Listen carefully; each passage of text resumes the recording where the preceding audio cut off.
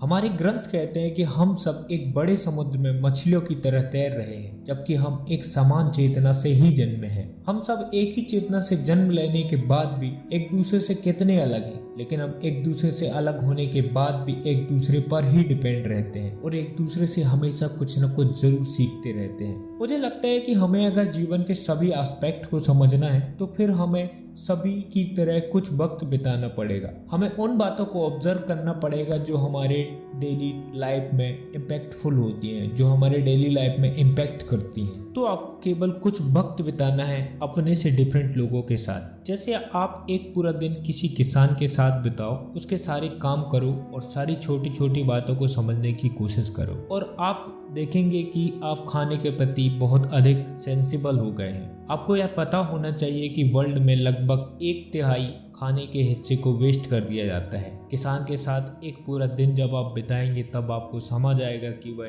भोजन को उगाने के लिए कितनी अधिक मेहनत करता है और फिर वह भोजन आप तक पहुंचता है। और तब शायद आप यह अंडरस्टैंड कर पाएं कि अगर आप एक टुकड़े को भी भोजन को फेंक रहे हैं तो आप क्या कर रहे हैं। इसी तरह आप दूसरा दिन किसी जेल में बिता सकते हैं। आपको फील होगा कि जिन लोगों को अपराधी का मेडल लगाकर जेल में डाल दिया गया है वे किसी अनजाने में या परिस्थिति बस वहां पहुंच गए हैं। जब क्रोध इंसान को जकड़ लेता है तब वह अपने पर कंट्रोल नहीं कर पाता। अब बड़े से बड़े अपराधी से मिलेंगे और उससे बात करेंगे, तब आपको यह समझ आएगा कि वह किसी इमोशन फ्लो में या परिस्थिति बस कोई क्राइम को कमिट कर दिया है। यह एक गार्डियंस की न्यूज है जिसमें 2004 में एक मैक्सिन नाम की लड़की गुस्से में अपने फ्रेंड का मर्डर कर देती है और बाद में उसे अपनी गलती रियलाइज होती है। वह कहती है कि मुझे पता नहीं क्या हुआ, उसकी बातें इमोशंस को ट्रिगर कर गई और उसके बाद मुझे कुछ याद ही नहीं। यह साइंटिफिकली प्रूवन है कि एक क्राइम के पीछे एंगर इमोशन मेनली रहता ही है। जेल में रहने से आप में लोगों के प्रति काइंडनेस आएगी और वो चीजें देख पाओगे जो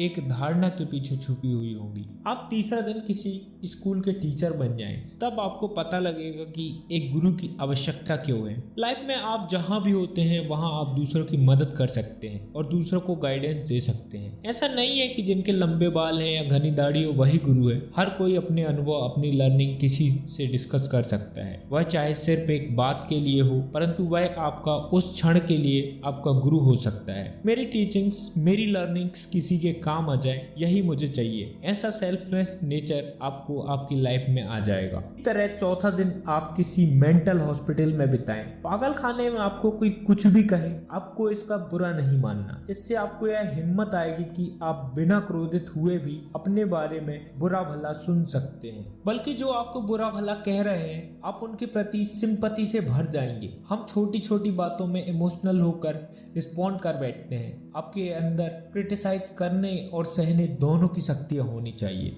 और कुछ समय आप कब्रिस्तान या शमशान में बिताएं। आपको इस लाइफ की इम्परमानेंस बहुत करीब से, बहुत डीप से समझ आएगी। आपको समझ आएगा कि एक क्षण भी फ्यूचर में जीना बेवकूफ़ी है। जीवन अभी है, इस सांस में है, इस वक्त है। मृत्यु किसी भी क्षण आ सकती है। यह अनुभव आपके जीवन को देखने का नजरिया ही बदल कर रख देगा। केवल फॉर्मल शिक्षा ही काफी नहीं है।